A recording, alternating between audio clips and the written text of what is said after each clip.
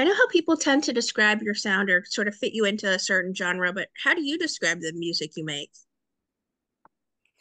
Uh, I mean, genre-wise, right now I love like the pop rock sort of lane, but I also love singer-songwriter. I kind of change eras a lot of the time, and I like a lot of different stuff. Um, I think it's like I always go by something that's super personal but very universal. So that's kind of where I lie. That's what I try to do with songwriting and sound. Who are some of your musical influences then? I mean, I grew up, what was in like the six CD thing in my car? I mean, it was Prince, Fleetwood Mac, Tom Petty, but I also, loved John Mayer, 1975. That was like what I always had. Michael Jackson, I always had stocked in my car. Well, you have a new single, Can't Escape a Broken Heart, out now. Talk about creating it and the story behind it, please. Yeah, there's a person who featured on the song. His name's Benjamin Francis Leftwich, and he's an incredible artist. And I grew up listening to him when I was like 15. And over the pandemic, we were all on a Zoom, and I was writing with the incredible writer Jack McManus. And he was like, "Hey, my friend wants to join. Like, do you care?" And I was like, "Yeah, sure." And so I got on, and it was Benjamin, and I was like, "Oh my gosh, this is like the coolest thing ever."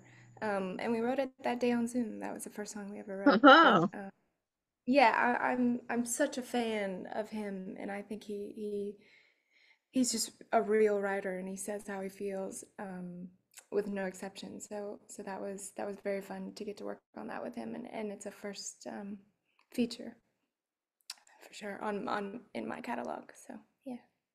what do you think it is about the song that fans have truly connected to with it?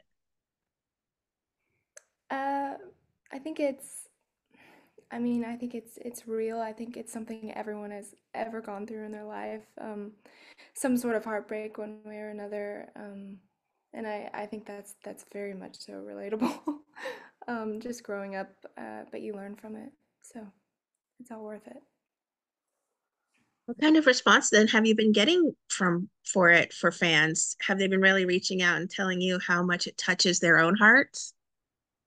Yeah, there's been a lot of nice messages, and Benjamin's gotten a lot too. And yeah, it's been really incredible talking to everyone.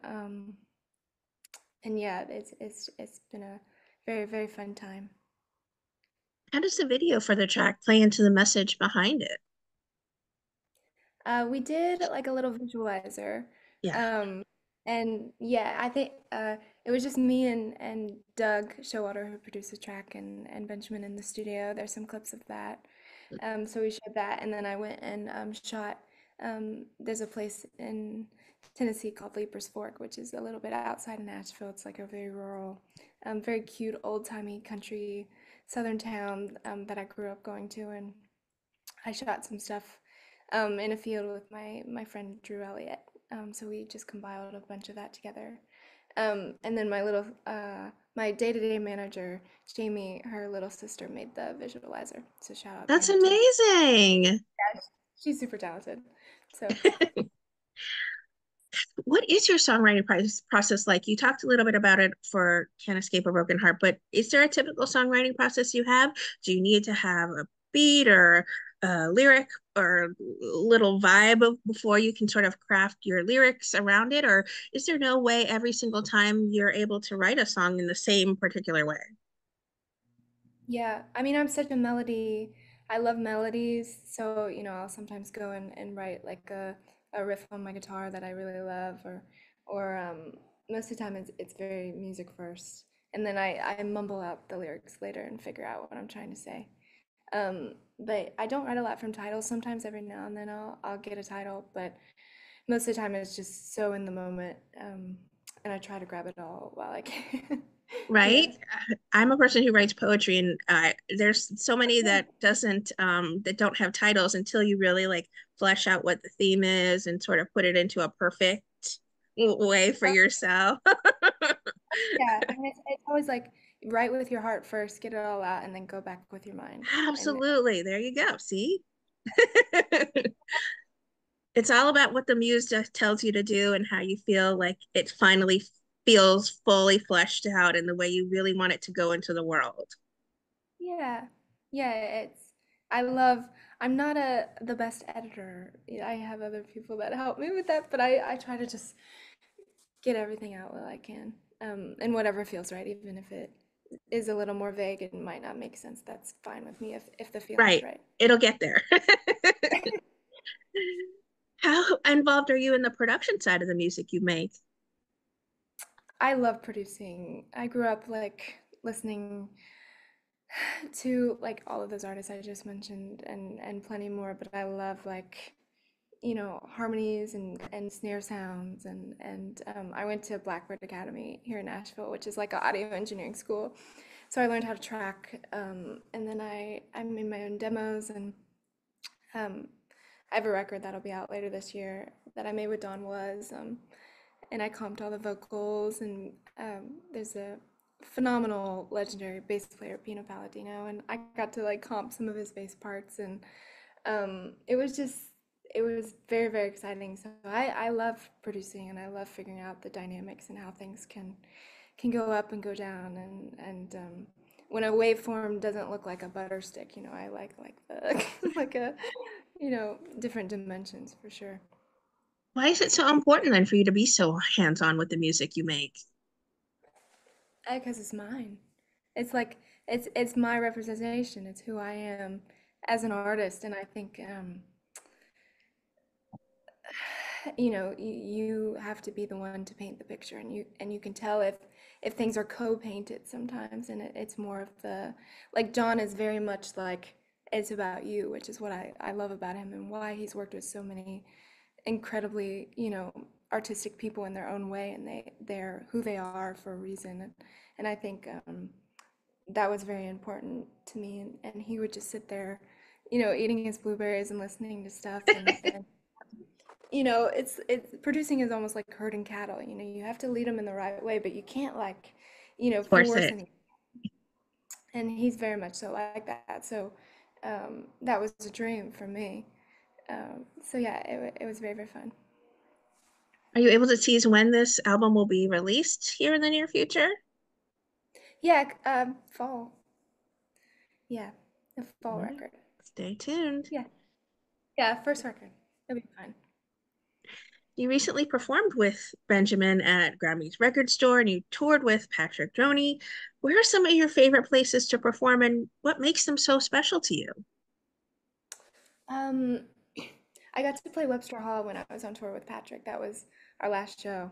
And I was just in awe because so many of my favorite artists have played there. Prince did an incredible acoustic um, thing that you can find on YouTube that I watched all the time. Um, that was fun, and I think I get to play the Fillmore with in Detroit with Marcus King coming up in the next couple weeks, Oh my um, gosh. which I'm excited about. And then, yeah, there was one like it's funny because you say places, and I remember the crowds more than I do the places. Okay. But I remember this incredible band called Inhaler. They're an Irish band, and they're so good. And I opened for them in Atlanta at this place called the Buckhead Theater, and the crowd there was so they have like the coolest fan base. Um, and yeah, that was the first time I ever heard any of my songs sung back to me. So I think I remember that. Wow. But that was a fun gig. But they're all fun. Like even the ones like I did a show with Sheryl Crow like in Seattle, and I just went by myself and I played and at this beautiful winery, and it's just you learn so much, and I'm super lucky to get to do it for sure. So they've all been good in their own right. What can fans expect then from a live Cecilia Castleman performance? Oh, I mean, well, right now it's just a bunch of since the record's not out, it's a bunch of unreleased songs. Um, but yeah, I've gotten to test those on the crowds, which have been super helpful and very fun to see what everyone likes. Um, Most of these gigs, it's just been me. Once the record comes out, I'll probably have a band. It's expensive, so I just go around by myself and I play, but I love it. Um, so yeah, it's just me for now, but Really? it's been fun. Who are some artists you'd love to collaborate with on a song in the future? Oh, anyone. There's so many. Um, that's a hard one. I mean, anyone from my dream would be like Daft Punk or like The Weeknd would be cool or Stevie Nicks is one of my all times, which would be these are like so like my dream. I mean, Um, the blonde hair, both of you just swaying, I think it would be amazing. Incredible. I probably wouldn't be able to get a note out, but um, yeah, any of those, I'm down to collaborate with anyone. What would you like to say then to everyone who are fans and supporters of the beautiful music that you continue to make?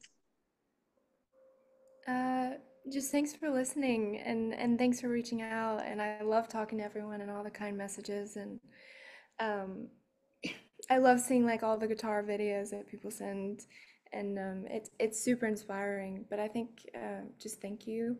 I'm 23. I got a long way to go. Um, it's been fun, and thanks for sticking around on the journey. Um, that I hope will be a long one.